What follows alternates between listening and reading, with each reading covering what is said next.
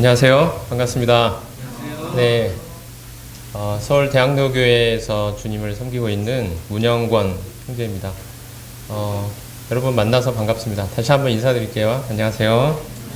네, 귀한 시간 내주셔서 오신 것을 환영하고요. 오늘 성공적인 직장 생활 세미나의 주제 말씀을 맡게 된 것에 대해서 주님께 감사드리고, 저도 재작년까지, 지금 2년 전까지 직장 생활을 했었습니다. 2년 전에 지금 이제 서울대학로교회에 전심 사역을 시작하게 됐고요. 불과 2년 전까지만 해도 직장 생활을 했기 때문에 직장 생활에 대한 말씀을 이 주제에 대해서 또 고민해보고 할 수 있는 그러한 경험들이 좀 있었다고 생각이 됩니다. 특별히 이 가운데 직장생활 하고 있는 청년 형제자매님들 계실 거고요. 직장을 준비하고 있는, 진로를 위해 고민하고 있는 청년 형제자매들도 계실 거고, 직장생활을 하다가 중간에 좀 쉬고 있는 분들도 계실 거예요. 제가 이전에도 여기 분반교사로 참석해 본 적이 있었는데, 직장을 다니다가 쉬고 있는 분들도 참석하셨더라고요. 그래서 이제 여러 다양한 케이스가 있을 텐데, 직장 생활을 하고 있는 분들은 직장 내에서 고민들이 이것저것 많을 것 같아요.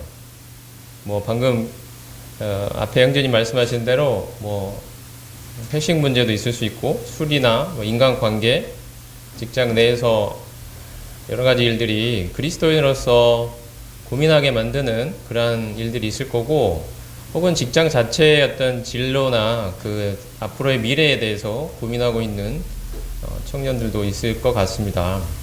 직장을 준비하고 있는 청년들이라면 앞으로 내가 직장에 제대로 들어갈 수 있을 것인가, 요새 직장 구하기가 쉽지 않은데 그런 걱정들도 많을 것 같고요. 무엇을 준비해야 하나, 어떻게 준비해야 되나, 이런 고민들도 많이 있을 것 같습니다. 또 직장을 다니다가 쉬고 있는 분들은 쉬게 된 이유가 있겠죠. 그런 것들 속에서 나름대로의 고민이 있을 것 같아요. 여러 가지 고민을 안고, 여러분들 중에는 오늘 이 시간을 통해서 하나님으로부터 뭔가 해답이랄까요? 본인의 마음에 안고 있는 질문들에 대한 해결책을 얻고자 하는 마음으로, 기도하는 마음으로 참석하는 분들이 많이 있을 것이라고 생각합니다. 그런데 우리가 이런 문제나 고민 자체에 매몰되어 있을 때는 그 문제에 대한 해답을 바로 얻기가 더 어려울 수 있어요. 거기에 빠져 있을 때는. 우리가 오늘은 그 문제로부터 한 걸음 뒤로 벗어나서 내 삶 전체를 하나님의 시야로 전체를 관망하는 그런 시간을 한번 가져보려고 합니다. 내가 살아가는 이유가 무엇인가? 내가 이 세상에서 무엇을 하는 사람인가에 대한 주제죠. 우리가 이 문제에 대해서 여러분의 마음에 분명한 해답을 얻게 된다면, 여러분이 실제 삶에서 지금 갖고 있는 그 문제들, 고민들에 대한 하나님의 음성을 들을 수 있는 시간이 될 거라고 생각합니다. 과연 나는 이 세상에서 어떠한 존재로 살아가는 사람인가? 이것을 하나님의 관점에서 찾아보자는 것이죠. 그래서 특별히 이번에 직장생활 세미나의 주제를 그리스도의 제자라는 것으로 삼아 말씀을 준비했습니다. 그리스도의 제자라는 것. 제자라는 것은요, 그리스도의 제자라는 이 주제는 사실 교회에서 많이 이야기되고 있는 주제가 아닌 것 같아요. 그래서 더더욱 우리가 한번 생각해 볼 필요와 가치가 있다고 생각이 됩니다. 왜냐하면 주님 당시에는 주님의 제자가 된다는 것은 그들의 인생에서, 주님을 따르는 사람들의 인생에서 그들의 인생의 모든 것이었습니다. 다른 어떠한 말로도 설명할 수 없는 것입니다. 제자가 된다는 것이죠. 그리스도를 따르는 사람이 된다는 것은 그들의 인생을 표현할 수 있는 성경에서 말씀하고 있는 바로 그 단어였습니다. 첫 번째 시간에서는요, 우리 모두를 그리스도의 제자로 주님이 부르셨다는 사실을 먼저 보려고 합니다. 잊혀진 제자도라는 책을 보면요, 이런 이야기가 있습니다. 오늘날 그리스도인들 사이에는 그릇된 신화가 있습니다. 그것은 제자가 되지 않고서도 그리스도인일 수 있다는 것입니다. 제자가 되기 위해서는 자기 찢어짐과 비움, 돌이킴이 있어야 합니다. 그런데 우리는 그것 없이도 그리스도인일 수 있다고 말하는 시대에 살고 있습니다. 이것이야말로 이 시대의 비극입니다. 여러분 공감하시나요? 여러분이 그리스도인이 될 때, 예수님을 믿겠다고 결심하게 될 때 여러분 제자가 되라는 이야기를 들어보셨습니까? 그리스도의 제자가 되지 않고서도 얼마든지 그리스도인이 될 수 있다는 시대에 우리는 지금 살고 있습니다. 그리스도를 따르지 않고서도 어떻게 그리스도를 믿을 수 있죠? 오늘 우리가 첫 시간에 살펴보려는 것은 불가능하다는 것입니다. 내가 그리스도를 따르지 않으면서도, 내가 그리스도의 제자로 살고 있지 않으면서도 나는 얼마든지 그리스도를 믿는 사람일 수 있다는 이 잘못된 생각에 대해서 한번 첫 번째 시간에 결코 그렇지 않다는 이야기를 우리가 하려고 합니다. 우리 모두를, 우리가 주님을 믿을 때 주님은 우리를 제자로 부르셨습니다. 마태복음 4장에 보면 나를 따라오라 내가 너희를 사람을 낚는 어부가 되게 하리라 하시니 그들이 곧 그물을 버려두고 예수를 따르니라. 예수님이 당신의 제자를 부르실 때의 장면입니다. 주님은 자신을 따라오라고 분명하게 말씀하셨습니다. 그리고 이러한 도전 앞에서 주님의 제자들은 그물을 버려두고 예수를 따랐습니다. 그물이라는 게 뭘까요? 자기의 생계 수단이죠. 자기 인생을 표현하고 있는 게 바로 그물입니다. 그 종래에 기존에 살아왔던 삶의 방식이 그물이었어요. 그 그물을 버리고 예수님을 따라갔습니다. 이게 예수님을, 이 제자를 부르실 때 제자들의 반응이죠. 주님은 분명하게 요구하셨습니다. 나를 따라오라고. 주님을 따르는 것은요, 산책을 가거나 소풍을 가는 행동이 아닙니다. 자기 인생을 거기에 거는 행동입니다.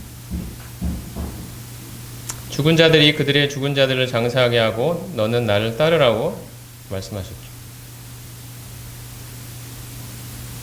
마태를 부르실 때도 나를 따르라고 말씀하셨습니다. 그때 마태는 일어나 따랐다고 되어 있습니다. 내 양은 내 음성을 들으며 나는 그들을 알며 그들은 나를 따르느니라. 주님의 양의 특징은, 주님께 속한 주님의 양의 특징은 주님의 음성을 들었을 때 주님을 따른다는 것입니다. 다른 사람을 따라가지 않아요. 주님의 양은 주님의 음성을 듣고 주님을 알아보고 주님을 따라갑니다. 이게 주님의 양의 특징입니다. 여러분은 주님의 양이십니까? 주님을 따르고 있습니까? 주님이 마지막 제자들에게 남기신, 우리가 흔히 지상사명, 최고의 사명, 지상명령이라고 부르는 말씀에서도 너희는 가서 모든 족속을 제자로 삼으라고 말씀하셨죠. 이게 제자들에게 남기신 주님의 지엄하신 명령입니다. 최고의 The Great Commandment, 최고의 사명입니다. 명령이죠. 이 명령을 좇아서 주님의 제자들이 복음을 전했고 복음을 통하여 제자를 만들었던 것입니다. 우리가 복음을 전하는 목적은요, 제자를 만들기 위한 것입니다. 단순히 예수님 믿고 하늘나라 가게 사람들 만들려는 것이 아닙니다. 주님의 제자를 만들려는 것이에요. 주님을 따르는 사람 만들겠다는 거죠. 자기 자신을 위해 살아오던 그 인생을 포기하고 주님을 자기 인생의 최고의 자리에 놓고 주님을 정말 존귀한 자로 인정하고 자신의 인생에서 최고의 자리에 모시고 이 주님을 따라가는 사람을 만들어내자는 것입니다. 이것이 복음을 전하는 목적입니다. 이 복음을, 이렇게 복음 전함을 받은 사람들은 처음부터 이 도전 앞에 서게 된 것입니다. 내가 그리스도를 따를 것인가? 내가 지금까지 살아온 인생의 이런 방식들을 포기하고 내가 예수님을 따르는 이것에 나의 인생을 걸 것인가에 대한 도전 앞에 섰던 것입니다. 그리고 이 도전 앞에서 자기 인생을 예수님께 걸기로 한 사람, 이것이 그분의 제자인 거고요. 바로 그 복음이 바로 그것을 요구하고 있다는 것입니다. 복음은 여전히 내가 내 인생의 주인인 채로 나 이제 하늘나라, 죽어서 하늘나라 간다는 미래의 보장, 보험을 우리로 하여금 들어주도록 하려는 것이 결코 아닙니다. 복음은 내가 나의 인생의 주인으로 살아온 이 모든 삶을 이제 청산하고 이제 그리스도를 나를 위해 십자가에 죽으시고 이제 부활하신 하나님의 아들 예수 그리스도를 내 인생의 주인으로 삼아서 그분을 따르는 그분의 제자가 되도록 하려는 것이 복음을 전하는 목적. 여러분은 복음 전함을 통하여 예수님의 제자가 되셨습니까? 예수님은 나를 따라오너라고 말씀하셨죠. 성경에 보면 주님을 따르는, 겉으로 주님을 따르는 것처럼 보이는 사람들의 두 가지 종류가 있었습니다. 첫 번째는요, 무늬만 제자가 있었어요. 이 사람들이 있었고, 또 하나는 참된 제자들이 있었습니다. 무늬만 제자의 특징은 자기의 유익을 위해 예수님을 따르는 거예요. 겉으로는 따릅니다. 따르는 것처럼 보여요. 근데 속 마음에 뭐가 있냐면 자기의 유익 때문에 예수님을 따르는 거예요. 예수님이 내가 내 마음에 원하는 것을 해주기 때문에 따르는 거죠. 내가 죽어서 하늘나라 갈 수 있게도 만들어 주시고 이 땅에 살아갈 때도 내게 필요한 것들을 하나하나 채워주시기 때문에 그것 때문에 예수님을 따르는 것입니다. 이게 무늬만 제자들입니다. 참된 제자는요, 자기를 버리고 예수님을 따르는 사람들입니다. 내가 내 인생의 주인으로 살면서 가지고 있었던 나의 이기적인 그 욕망들을 내려놓고 예수님이 제시하시는 그 하늘의 가치, 하늘의 영광을 바라보고 그 하늘의 영광에 설득당해서 이제 그 하늘의 삶을 보여주신 예수 그리스도, 그분을 흠모하고 그분을 따르기로 하는 사람, 이게 참된 제자들입니다. 이것은 자기의 유익 때문에 따르는 게 아니기 때문에 어떤 차이가 있냐면요, 무늬만 제자들은 자기가 원하는 걸 얻어내기 위해서 예수님을 따라요. 참된 제자들은 자기가 원하는 걸 얻어내기 위해 따르는 게 아니고 예수님과 같이 되고자 하는 목적으로 자기를 버리고 예수님을 따라갑니다. 예수님을 닮고자 하는 목적이에요. 예수님과 같은 삶을 살고 싶어서 따르는 거예요. 예수님 자체가 정말 흠모할 만한 대상이시기 때문에 따르는 겁니다. 무늬만 제자는 펜에 비유할 수 있습니다. 자기의 유익을 위해서 예수님을 따르는 사람이죠. 내가 여전히 주인이고 예수님은 나의 기대와 요구를 만족시켜 주시는 분으로 존재하기를 원합니다. 마치 알라딘 요술램프의 요정처럼 필요할 때 문지르며 나와서 주인님 무엇을 도와드릴까요? 라고 말하는 힘센 요정처럼 내가 원하는, 내 인생에서 원하는 이런 것들을 들어달라는 것이죠. 이게 예수님과 나의 관계입니다. 이 사람들에게서. 예수님 힘이 세잖아요. 능력이 있잖아요. 나 이번에 뭐 합격해야 하고, 이번에 시험 잘 봐야 하고, 나는 건강해야 하고, 나는 행복해야 하고, 나는 좋은 사람 만나서 결혼해야 하고, 직장에서 승진도 잘 해야 하고, 돈도 잘 벌어야 하고, 이런 모든 것들에 당신이 도와달라 이거죠. 힘이 세잖아요, 당신이. 이런 게 충족될 때는 예수님을 따르지만 그렇지 못하면 예수님을 원망합니다. 왜 나에게 이렇게 하시나요? 이렇게 원망한. 왜 내 인생은 이렇게 되나요? 이렇게 금방 원망합니다. 왜냐하면 자기가 완전히 주인이기 때문이죠. 예수님은 자기를 돕는 분으로 존재하기를 원하는 거죠. 그래서 이런 사람들은 예수님께 쉽게 원망하고 불평하다가 나중에는 떠나갈 수도 있습니다. 인생이 순탄할 때는 따르는 것 같지만 예수님 때문에 자신이 정말 원하는 그 인생의 목표들이 방해받고 싶어 하지 않아요. 이것이 팬입니다. 한마디로 예수님께 자신의 삶을 걸지 않습니다. 여러분은 팬입니까? 제자는요, 이에 비해서 자신을 버리고 예수님을 따르는 사람입니다. 자신이 원하는 것을, 예수님에게서 얻어낼 것을 기대하고 따르는 게 아닙니다. 그분이 원하시는 뜻이 이루어지는 것에 관심이 있습니다. 내 인생에서 예수님이 원하시는 것이 이루어지는 것이 자기 인생의 목표라는 거예요. 정말 예수님이 나를 얼마나 사랑하시고 얼마나 능력이 있으신 하나님의 아들이신지를 알았기 때문에, 예수님이 어떤 분인지를 알기 때문에 바로 그 예수님께 설득당해서 그 예수님 같이 되고자, 그 예수님과 같은 삶을 살고자 예수님을 따라가는 사람들이에요. 예수님을 주인으로 인생에서 모시고 있습니다. 자기의 마음에 내가 주인 되어 살아오던 그 삶을 청산하고 그물을 버려두고 예수님을 따랐던 제 아들처럼 그 삶을 버리고 주님께 자기의 삶을 거는 것입니다. 나를 그토록 사랑하셔서 십자가를 지신 그 하나님의 아들이신 예수 그리스도, 그 당신의 사랑 앞에 마음이 녹아서 이런 예수님이라면 내가 내 인생을 걸겠다는 거죠. 이 예수님이 원하시는 삶을 살겠다는 것입니다. 이것이 제자입니다. 여러분은 제자입니까? 여러분은 팬입니까? 아니면 예수님의 제자입니까? 여러분은 무엇을 위해서 인생을 살고 있나요? 여러분은 지금까지 주님의 제자로 주님을 따라왔습니까? 여러분이 살아온 지난 날의 발걸음들은 예수님의 제자로 살아온 삶이었습니까? 아니면 여전히 내가 내 인생의 주인 되어 나의 유익을 위해, 내가 원하는 인생의 꿈을 위해서, 내 인생의 목표를 위해서 내가 원하는 대로 한 발짝 한 발짝 걸어오면서 주님 이 삶을 도와주세요 라고 하며 살아온 그런 팬이었습니까? 돌아보면 좋을 것 같습니다. 우리가 인생에서 겪는 내가 스스로 생각하는 여러 가지 고민과 갈등들, 문제들이 다 이 지점에 대부분 놓여 있습니다.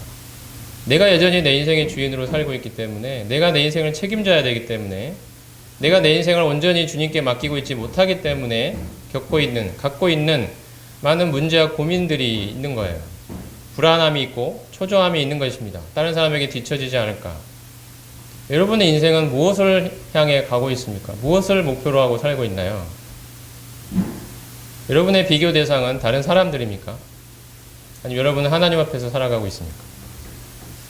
여러분은 지금까지 주님의 제자로 살아왔습니까? 스스로의 유익을 위해서 살아왔습니까?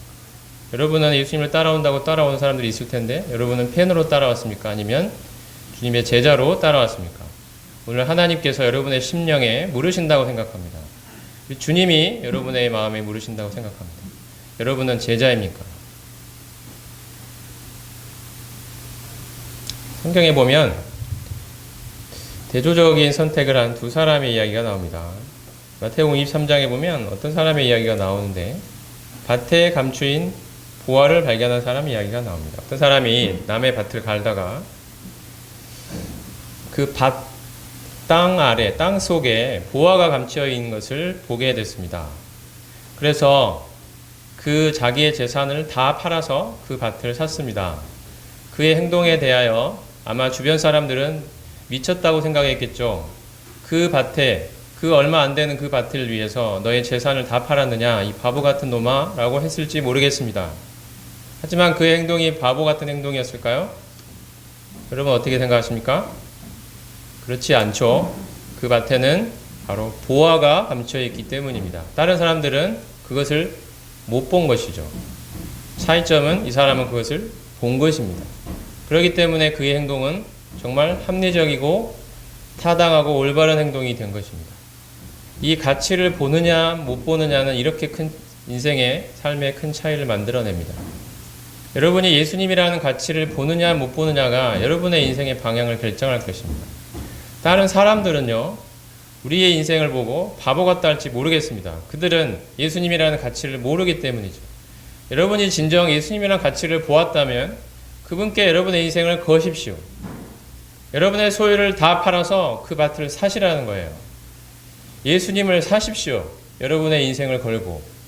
여러분의 인생을 다 팔아서 예수님을 사시기 바랍니다. 이게 예수님의 제자입니다.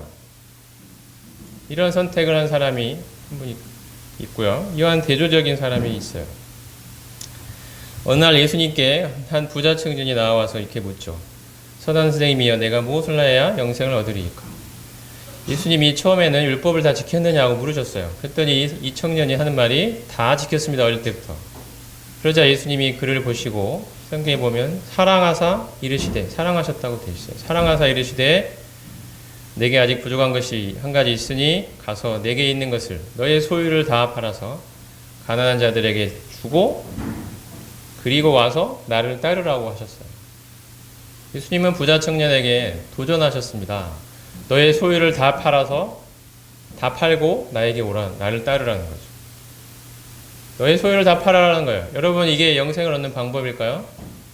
어떻게 하면 영생 얻습니까? 라는 질문에 예수님이 왜 네 소유를 다 팔고 나를 따르라고 하셨을까요? 이 부자 청년이 예수님께 영생을 얻기 위해 나와왔던 그 동기를 예수님 보신 것이죠. 그는 자기 인생에서 자기가 원하는 것들을 다 얻어왔어요. 성경에 보면 부자라고 돼 있고 청년이에요. 젊은 나이에, 여러분 같은 나이에 이미 부자예요. 많은 돈을 상속받았을지 모르겠어요. 그리고 관원이라고도 되어 있습니다. 사회적으로도 이미 높은 신분에 있어요. 사회적으로 높은 신분, 많은 돈, 많은 사람들의 존경, 부러움, 이런 것들을 한 몸에 짊어지고 살아가는 오늘날 금수저 같은 사람이죠. 이 사람이 이제 영생까지 얻겠다고 예수님께 나온 거예요. 이 땅에서도 자기가 원하는 인생을 자기 마음대로 살아갈 수 있는 충분한 능력이 있고, 거기에다가 죽어서도 내가 원하는 인생을 영원히 살아갈 수 있는 영생을 얻겠다는 거죠. 자기라는 존재가 영원까지 확장되기를 원한 거예요. 이 사람이 영생을 얻기 위해 나왔던 숨은 동기입니다. 예수님은 그것을 딱 알아채시고 그에게 도전하셨죠. 네가 너를 위해 쌓아왔던 그 모든 것을 대표하는 네가 의지하고 있는 그 돈을, 너의 그 재물을 다 팔 수 있겠느냐는 거예요. 영생은 너에게 그만한 가치가 있는 것이냐고 예수님이 도전하신 것이죠. 다 팔 수 있겠느냐, 그리고 나를 따를 수 있겠느냐는 것이죠. 여러분이 영생을 얻으려는 목적은 무엇입니까? 그것은 여러분이 원하는 인생을, 그 행복한 인생을 죽어서도 영원히 누리기 위한 것인가요? 이 부자 청년처럼? 예수님이 만약 여러분에게 네가 가지고 있는 모든 것을 다 포기하고 나를 따르라고 하시면 여러분은 따르겠습니까?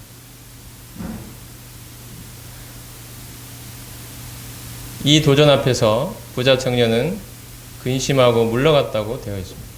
그가 왜 그렇게 했을까요? 그는 예수님의 가치를 볼 수 있는 눈이 없었기 때문입니다. 예수님이라는 가치를 보느냐 못 보느냐가 우리 인생을 좌우합니다. 여러분은 어느 편에 속해 있나요? 자기의 소유를 다 팔아 그 밭을 산 사람입니까? 아니면 자기의 소유를 다 팔아서 나를 따르라고 하신 예수님 말씀 앞에 근심을 하고 물러간 이 부자 청년입니까? 여러분은 어느 편에 속해 있나요? 여러분은 지금까지 어느 편에 속해 살아오셨습니까? 여러분이 만약에 정말 이 부자 청년 같은 삶을 살아왔다면 정말 오늘 이 시간을 통하여 정말 그 삶을 하나님 앞에 분명하게 회개하고 내려놓고 예수님이라는 이 가치를 분명하게 붙드는 시간이 되면 좋겠습니다. 내 소유를 다 팔아서라도 예수님을 얻을 수 있다면 그것이 얼마나 더 값지고 이익이 되는 거래가 되겠습니까? 예수님의 가치를 보느냐 못 보느냐는 엄청난 차이를 우리 인생에 가져옵니다. 우리가 우리 인생에서 작은 것들 하나에 굉장히 연연하면서 이거 꼭 돼야 되는데 안 되면 어떡하지? 이런 수많은 그런 불안과 고민들이 왜 생기겠어요? 내가 원하는 인생이 있는데 이것은 예수님이 내 인생의 주인이시고 나의 삶을 주관하시는 분이시고 내 인생이 그분의 것이고 그분이 자기 것을 팔아서 나를 사신 분이시고 이 예수님을 따르고 이 예수님의 말씀에 순종하며 살아가는 예수님이 제시하시는 이 하늘에 속한 영원한 가치를 귀하게 여기는 마음이 나에게 없기 때문에 생기는 고민들이 아닙니까? 생각해 보시기 바랍니다. 여러분은 무엇을 위해서 살아가고 있습니까? 여러분의 인생을 결정짓는 것은 여러분 자신인가요? 아니면 예수 그리스도이십니까?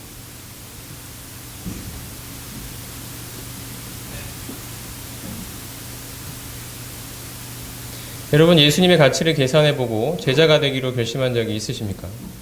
만약에 없다면 오늘 이 시간이 그 시간이 되었으면 좋겠습니다. 예수님의 제자가 되십시오. 여러분의 인생을 다 팔아서 예수님을 사시기 바랍니다. 예수님께 자기 인생을 거십시오. 자기를 버리고 주님의 제자가 되기로 결심하시기 바랍니다. 이 세상에서 이것만큼 가치 있는 일은 없습니다. 여러분 생각해 보면 좋겠어요. 예수님이 어떤 분이신지. 우리가 억지로 제자가 되라고 해서 억지로 이게 될 수 있는 게 아닙니다. 요즘에 주님의 제자가 된다는 것은 하기 싫은데 해야 되니까 할 수 있는 종류의 삶이 아니에요. 그것은 자기를 버리는 삶이기 때문에 그래요. 이것은 자기 의지나 자기 결심으로는 불가능한 종류의 삶입니다. 주님은 이 삶을 그런데 우리에게 요구하셨어요. 처음부터 요구하셨어요. 여러분이 사도행전을 읽어보시면 복음을 듣고 예수님이 어떤 일을 우리에게 해주셨고 예수님이 어떤 분이신지를 전달받았던 바로 그 사람들은 처음부터 예수님을 따르는 제자가 되라는 이 요구 앞에 서야 했어요. 그래서 사도행전을 읽어보시면 예수님을 믿게 된 사람들을 전부 제자라고 불렀습니다. 예루살렘에 있는 제자들, 다메섹에 있는 제자들, 아나니아라는 제자가 전부 예수님의 제자들이었어요. 처음부터 예수님을 따르기로 결심한 사람들이에요. 자기에게 속한 것들을 버리고 예수님을 내 인생의 최고의 자리로 취한 사람들이에요. 예수님을 따르겠다고 결심한 사람들이에요. 그들이 어떻게 그렇게 할 수 있었을까요? 예수님이 어떤 분이신지를 보았기 때문이죠. 예수님의 가치를 발견했기 때문입니다. 그래서 오늘 이 시간에 여러분에게 묻고 싶습니다. 예수님은 여러분에게 얼마나만큼의 가치가 있는 분이십니까? 여러분의 인생을 걸 만한 가치가 있나요? 내 인생의 아주 일부에 불과합니까? 내가 원하는 인생이 이만큼 있고 예수님은 그 구석에서 나에게도 관심 좀 가져달라고 나를 향해서 이렇게 얼굴을 쳐다들고 있는 그런 존재 정도로 불과하냐는 거죠. 여러분의 생각과 관심을 지배하고 있는 것은 여러분 자신입니까? 아니면 예수 그리스도이십니까? 예수님은 정말 어떤 분인가요, 여러분에게? 어릴 때부터 여기 교회 생활을 한 청년들 많을 거예요. 수없이 들었겠죠? 복음에 대해서. 예수님이 어떤 일을 해주셨는지도 많이 들었을 것입니다.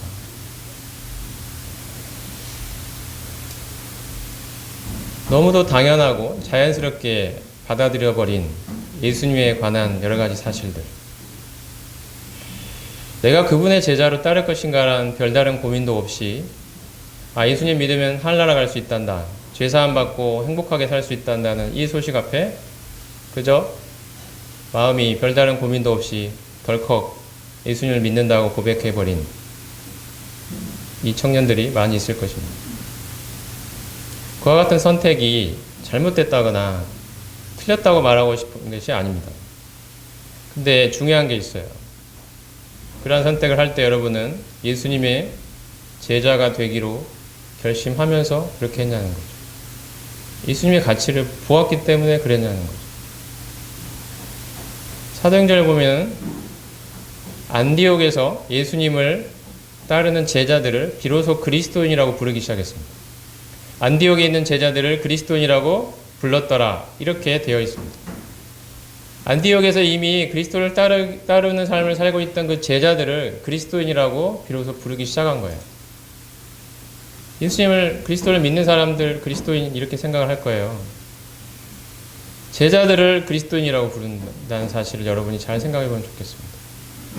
예수님의 제자들을 그리스도인이라고 부르는 거예요. 제자가 아닌 사람들을 그리스도인이라고 부를 수 없는 거예요. 제자가 먼저 되어야 그리스도인입니다. 제자가 되지 않고서도 그리스도인일 수 있다? 이런 생각은 정말로 잘못된 생각입니다.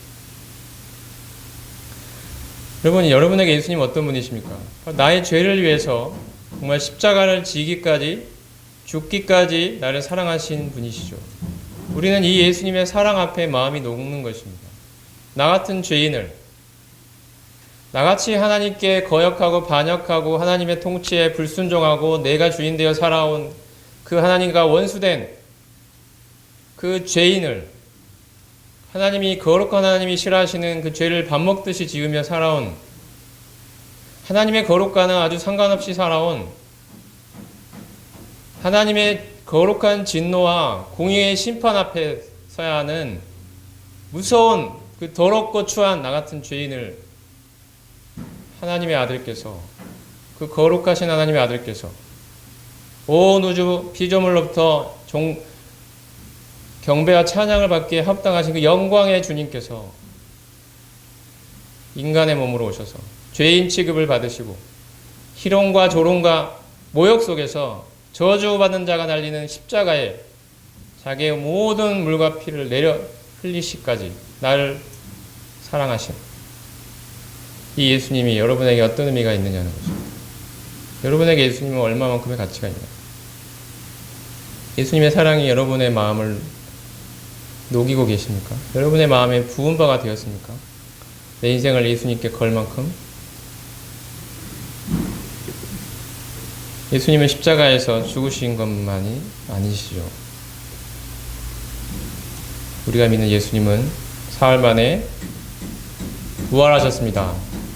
예수님은 한낱 인간에 불과한 존재가 아니시죠. 예수님은 이 땅에 오신 바로 하나님이십니다.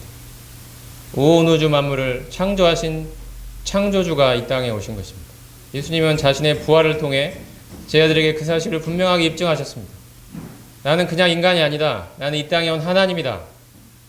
부활하심을 통하여 입증하신 것입니다. 처음에 부활의 소식이 제자들에게 들렸을 때 믿을 수 없었죠, 제자들이. 왜요? 사람은 부활할 수 없으니까. 제자들은 예수님이 사람이라고 생각한 것입니다.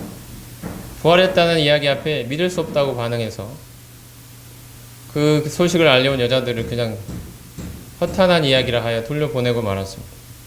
근데 그날 저녁 때 그들이 유대인들을 두려워하여 모였던, 문을 닫고 모였던 바로 그 자리에 예수님은 문도 열지 않으시고 바로 그 가운데 부활한 몸을 입고 나타나셨습니다.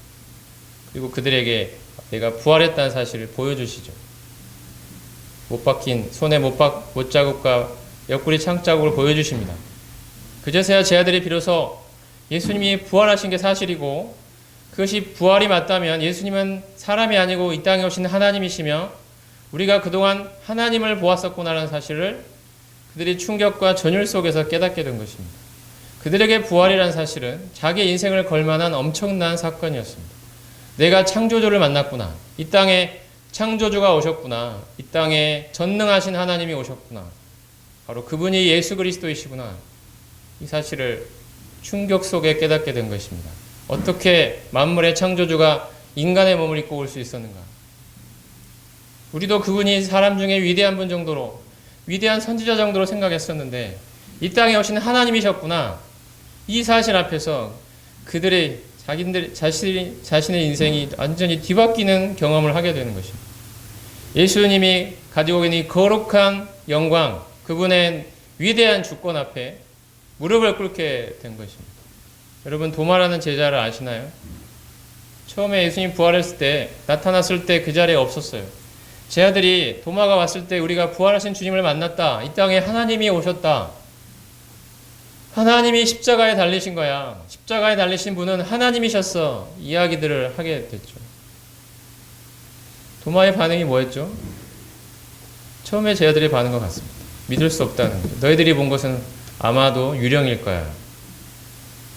내가 직접 그 몸을 만져보지 않고서는 믿을 수 없어. 너희들이 본 건 아마 환상일 거야. 환영일 거야. 이런 이야기였죠. 며칠 후에 예수님이 도마 앞에 직접 나타나셨습니다. 부활하신 몸을 입고 그의 눈앞에 손에 못자국과 옆구리 창자국을 보여주면서 만져보라고까지 하셨습니다. 그때 도마가 예수님이 진짜 부활하신 것이 맞다는 것을 확인한 후에 도마가 보인 반응이 어땠나요, 여러분? 성경에 적혀 있어요. 요한복음 20장에 적혀 있어요. 뭐라고 적혀 있습니까?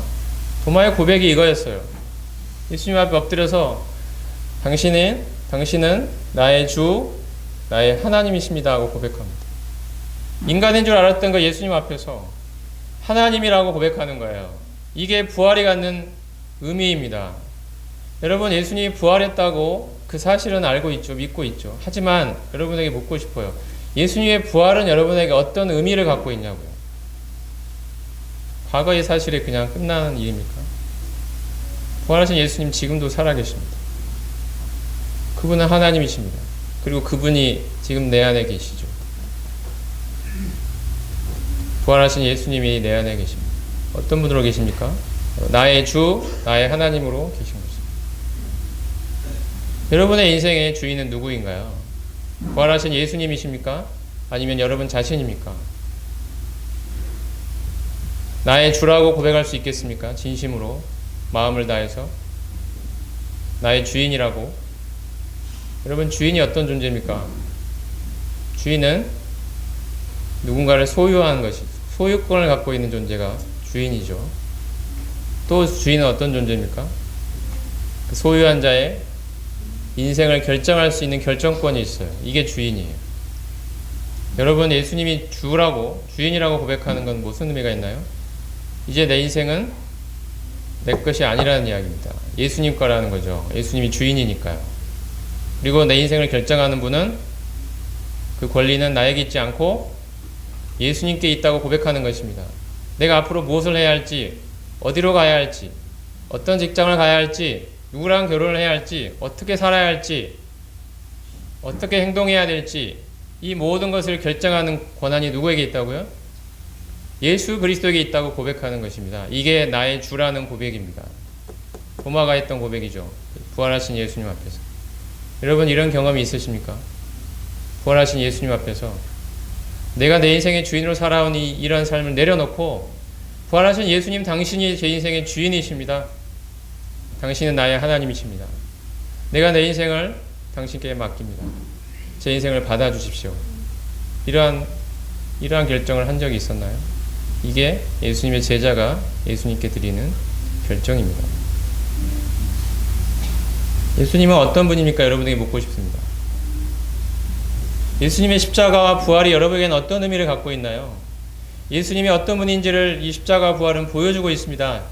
십자가 부활이라는 이 위대한 사건을 통하여, 이 분명한 증거를 통하여 예수님이 어떤 분인지를 우리에게 보여주고 있어요. 예수님은 얼마만큼의 가치가 있는 분입니까?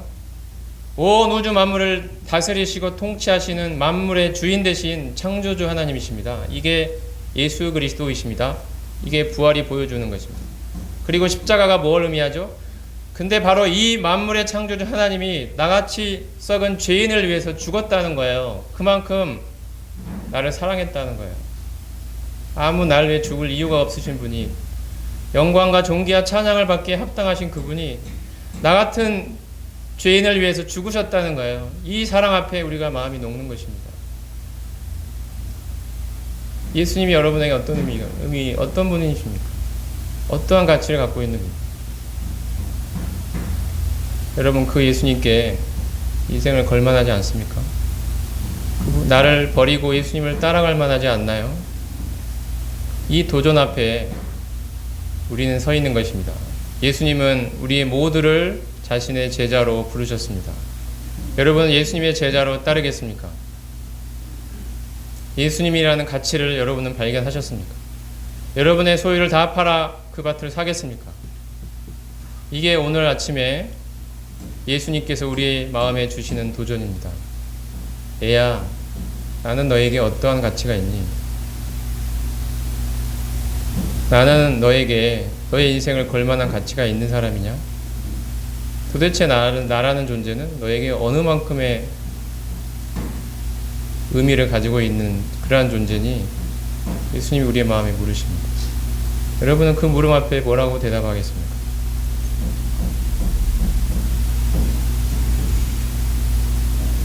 예수님은 나를 죽도록 사랑하신 나의 주인이십니다.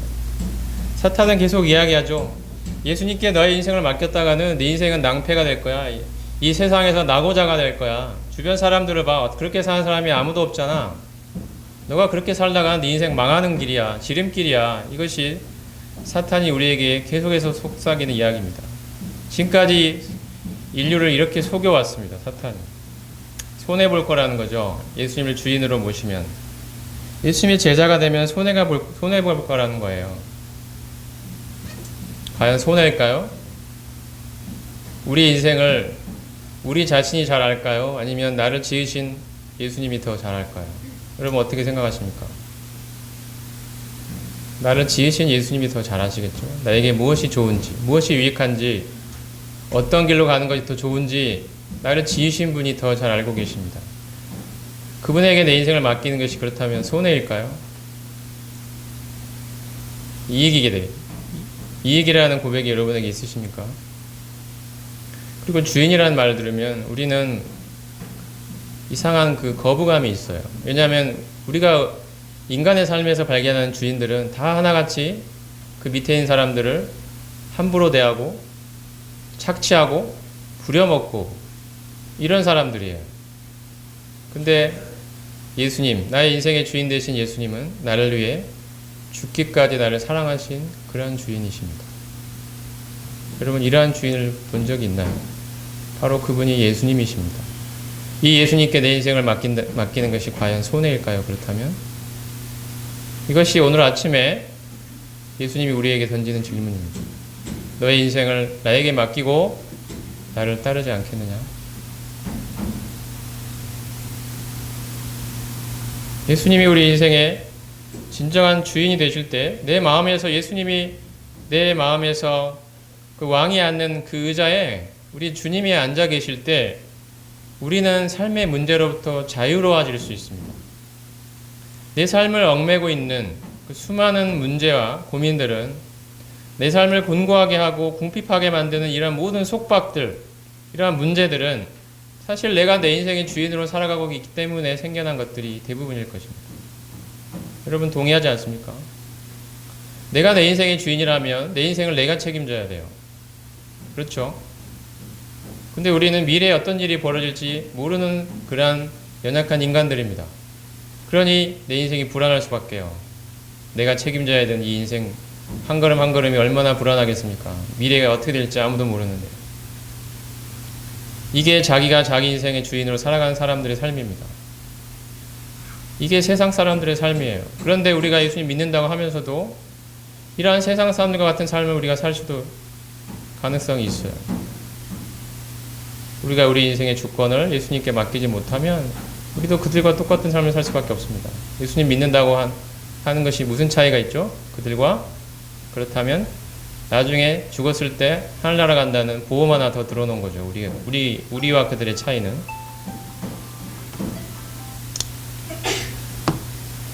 이렇게 되어서는 안 되지 않겠습니까? 우리가 가지고 있는 이 삶의 속박들과 문제들은 사실 내가 내 인생의 주인으로 살아온 이 삶에서 기인한 경우들이 많아요. 한번 돌아보시기 바랍니다. 여러분이 지금 갖고 있는 고민들, 그 속박처럼 느껴지는 그 상황들, 그 답답함들은 어디서 온 것입니까? 여러분이 여러분의 인생의 주인이 되어서 여러분의 인생을 꼭 쥐고 내 인생은 이렇게 흘러가야 돼라고 여전히 붙들고 있는 그것이 원인이 아닌가요?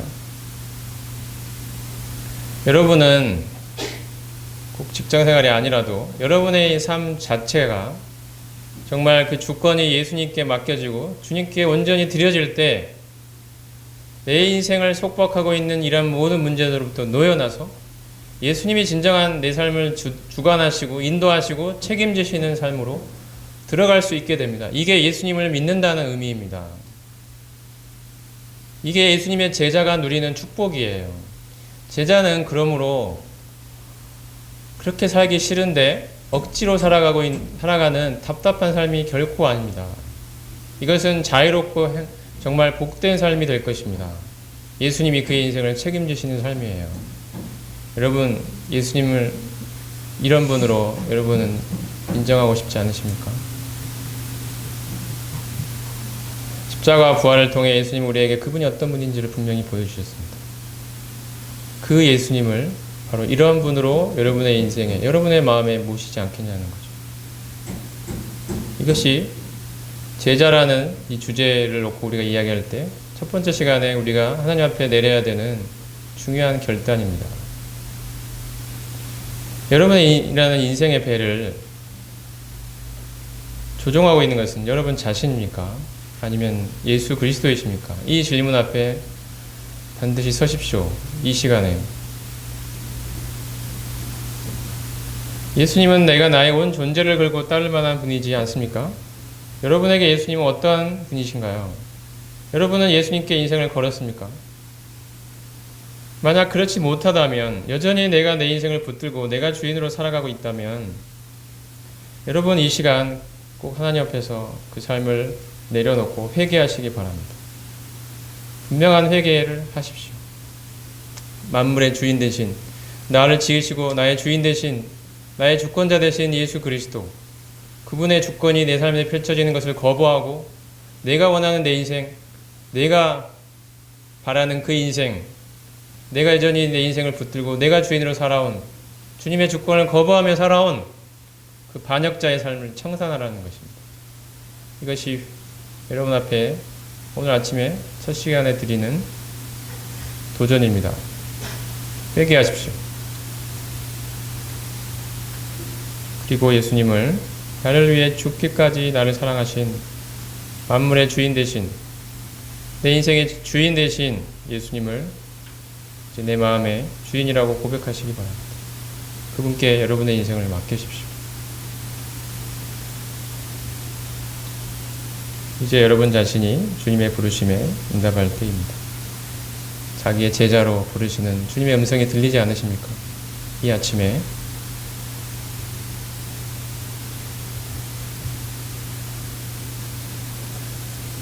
여러분에게 동영상을 하나 보여드리고 싶습니다.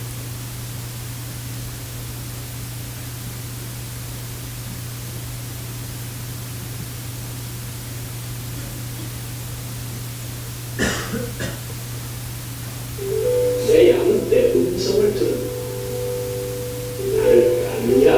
앞에 불 좀 꺼주세요. 듣지 않으라는 다른 기준이 있으니까 그 손에 보이는 음악의 모든 상관없이 가정은 가고 서장소 건너서 건너 따르느냐. 예수를 따르라는 상황에서 절대적인 다른 이치가 없어. 누구든지 나를 따라오려면 자기를 부인하고 날마다 제 십자가를 지고 내 목숨까지도 미워하지 아니하면 나를 겪고 나를 죽는다. 죽고자 하지 아니하면 죽지 않고 나올 수 있는 길이 아니다. 여러분 예수를 따르시겠습니까? 예수를 따르라는 말 결코 우리 생애에 일어나지 말아야 할 가장 끔찍한 그런 문제. 가슴에 지옥 공포를 가르치는 데 가진 운동을 하고 십자가를 매달았습니다. 유대인의 상식, 진술받은 자만 매달린다. 끝까지 가라고 합니다.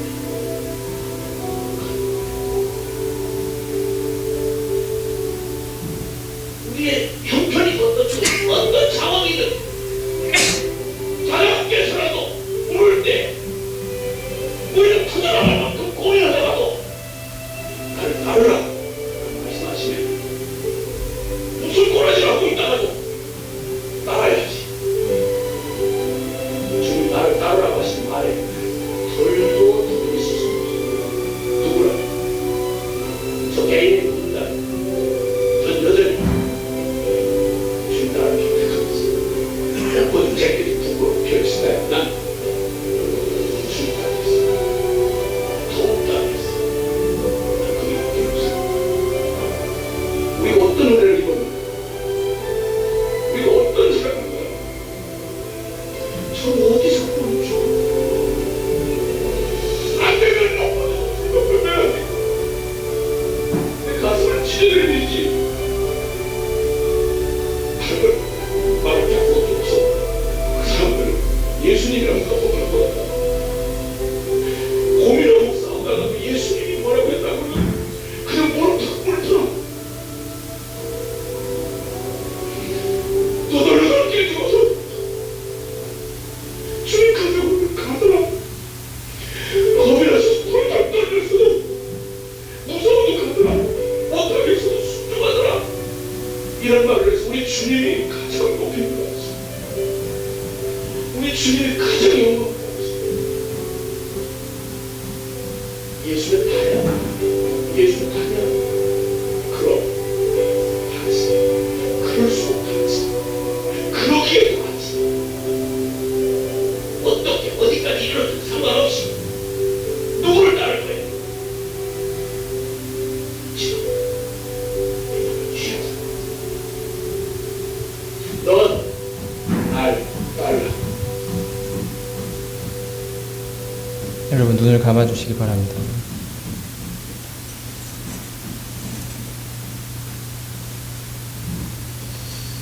각자 기도하는 시간을 드리겠습니다. 여러분의 인생의 주인이 누군지 하나님 앞에 분명하게 이 시간에 확인하시기 바랍니다. 내가 스스로 인생의 주인대로 살아왔다면 참 나를 위해 죽으시고 부활하신 나의 주인 되신 이 영광의 주님 앞에 나를 그토록 사랑하신 사랑의 주님 앞에 무릎을 꿇고, 여러분의 마음의 무릎을 꿇고 여러분이 주인 되어 살아가는 삶을 분명하게 회개하고 내려놓으십시오. 그리고 내 마음의 중심에 예수님을 모시고 예수님께 나의 인생을 걸고 예수님을 따르겠다는 분명한 결단과 고백이 여러분 앞에 있게 되기를 기도합니다. 여러분 주님 앞에 고백하십시오. 기도하는 시간을 드리겠습니다.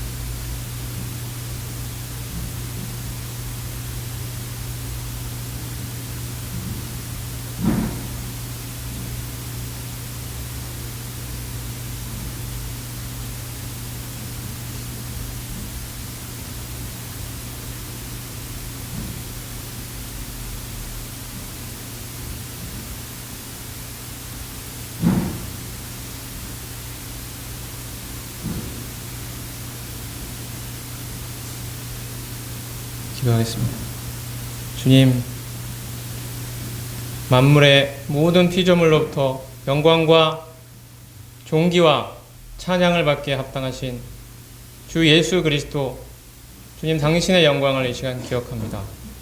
영광의 주인께서 참 나 같은 참 버러지 같고 더럽고 추한 참 이 죄인을 위하여 하늘의 영광을 버리시고 이 땅에 오셔서 죄인 취급을 받으시고 마침내 십자가에서 자기의 모든 것을 내어주시기까지 나를 그토록 사랑하신 이 나의 사랑의 주인 주님 앞에 이 시간 저희가 무릎을 꿇습니다.